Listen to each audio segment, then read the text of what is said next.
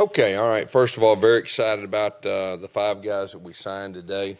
Makes a total of 21 for this class, which is a good number. We strategically kept 2 to 3 spots, just like we did last year, for possible transfers coming up with all that. First guy we signed is Cam Brown. We're very excited. That's Derek Brown's brother.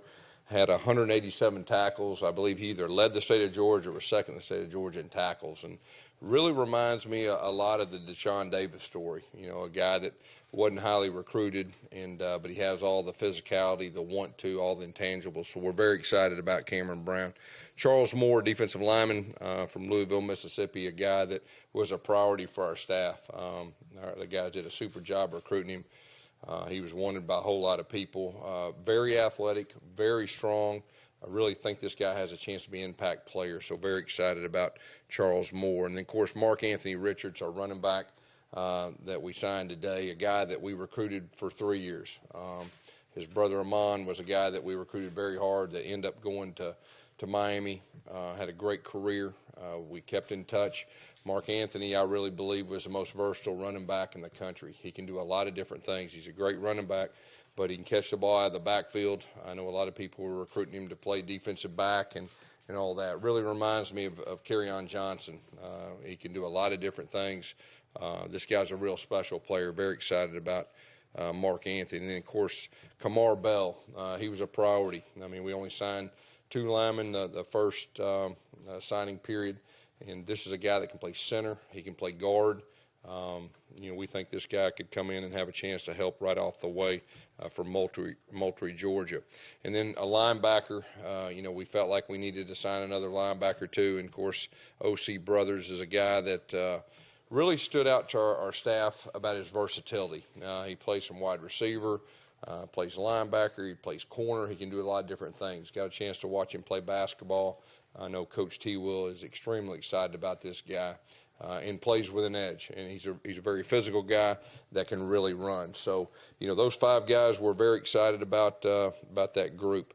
By state, a little bit different than the last class. We signed 9 from the state of Georgia, 3 from Alabama, 3 from Florida, 3 from Mississippi. And I'll say this: Marcus Woodson's done a super job with his connections to that state, and I think you will see that continued to happen with that. 1 from South Carolina, 1 from Texas, 1 from Virginia.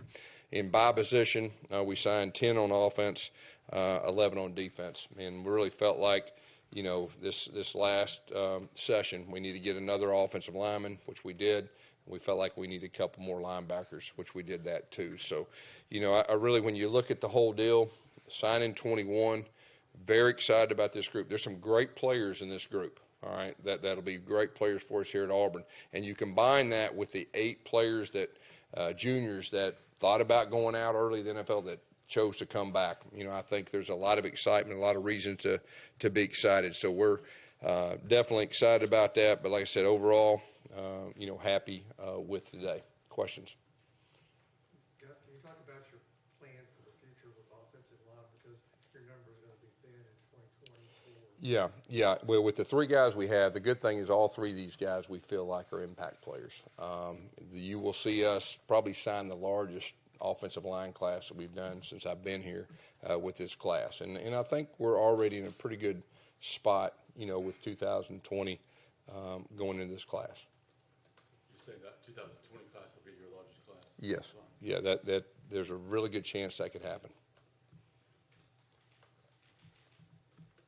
As you talked about the running backs, having 2 guys that could be everyday guys but are a little different, how important is that in a class? Yeah, I think it's very important. And, you know, they're both different. You know, we think that we signed 2 of the best running backs in the entire country.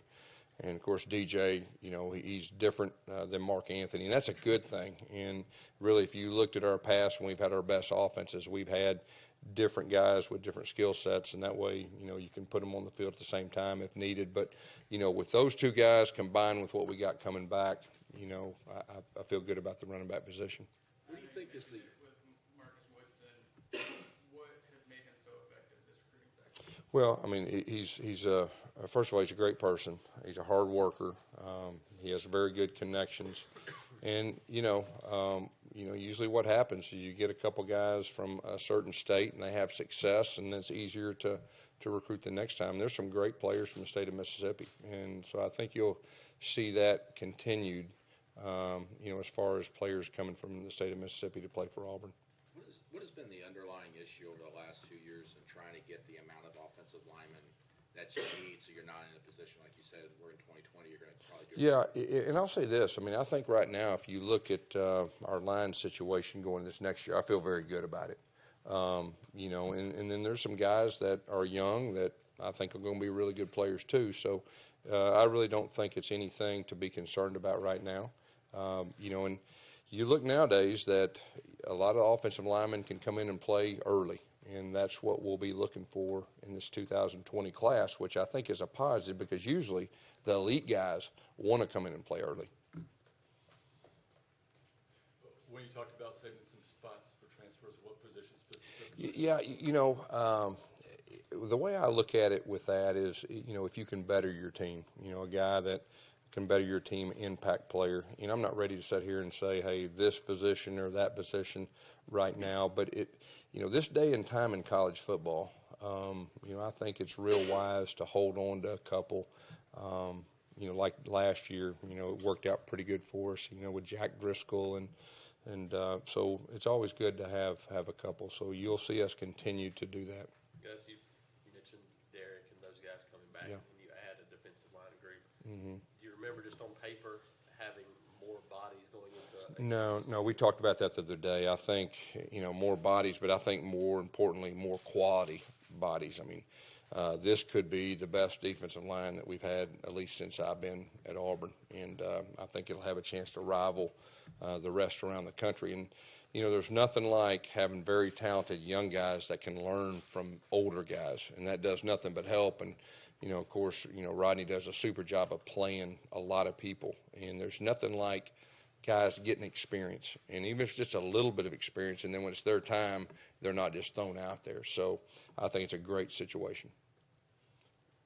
Do you have any thoughts on George Pickens not picking Auburn? Usually I don't comment on guys that go other places, but he was committed to us for 2 years and decided to go somewhere else. But, the good thing is that we have some very young, talented receivers, so we'll be fine in that position.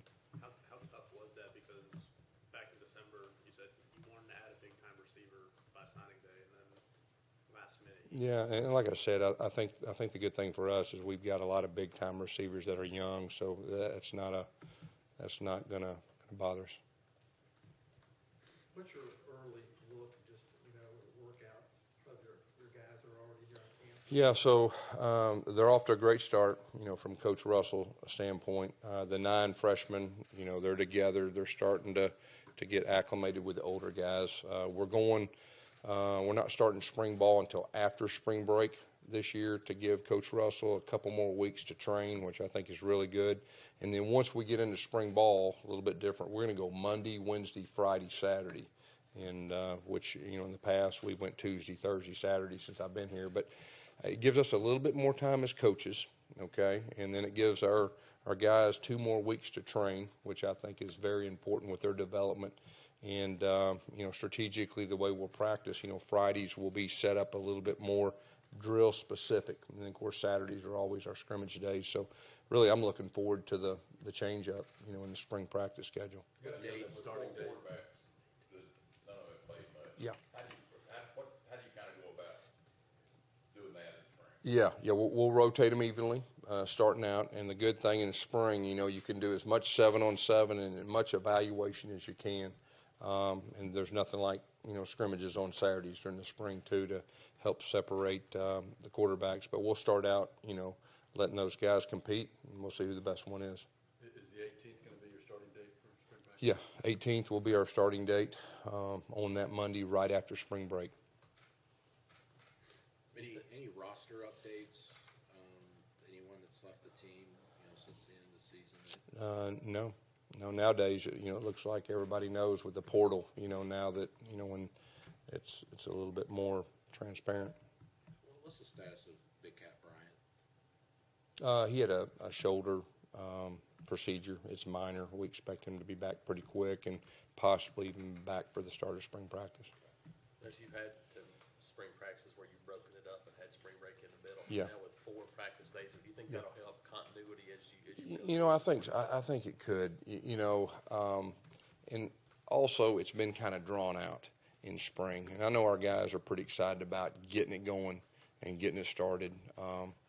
So I think there's a lot of excitement as far as that goes. And like I said, I know for our coaches, because we've been recruiting, and we'll continue to recruit, 2020, 21, and they'll give us enough time to really prep. And then when you go spring break and you come back and get it started. Because you signed 5 guys on, national signing. Yeah. How Yeah. different is it? And Yeah. do you see it stay in the Yeah, it's different. It was kind of weird saying that when I first came in here, signed 5 guys. But that just tells you, well, we're at a new day. And, the stress, there's a lot more stress on the first part of signing day than there is this one. Just from the standpoint of the volume, there's going to be more and more probably sign early. You're finishing your season, and you're still trying to coach and you're trying to finish things. And, this last signing period really is a lot of it's directed towards younger guys. It gives your staff a lot more time to go out and, recruit the next class or even the class behind it. So I think that's a trend that you'll continue to see. Gus, what went into the decision to remove Tim Horton from the running back shop, and what will be his role? Yeah, well, first of all, Tim did a very good job for us. He's a great person, which everybody knows and all that. And, Tim decided that he's going to do something different, and we wish him nothing but the best. So you anticipate being here? No, he's going to do something different. That was Tim's decision to step down as the running back? What's that? It was Tim's decision to step down? No, it was my decision. What went into the timing of that decision? I just decided to make a change. Anything else, Coach? Do you expect to return the rest of your staff into next year? Yes. Yes. Cameron Brandt's sort of interesting case. Yeah. He's had 100 tackles. Yeah. That's a lot, like 100 for 3 years in a row. Yeah. He's playing in a really good Yeah. region. He was the player of the year up there in Georgia. Mm-hmm. God dang, it's like, it doesn't make sense. Yeah, that's a great point. And, just, of course, being familiar with Derek's brother. And, you get updates from time to time. And, of course, things would catch my eye about how many tackles he'd make. And you'd see a big hit and all that. And so I really kept my eye on him throughout this year.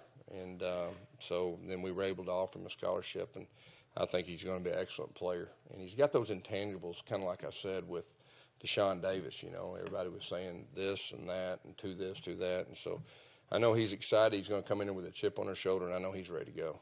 Can you speak What to your position you anticipate playing, Gus? Linebacker. I know we have talked a little bit about an H-back too, but he's a football player.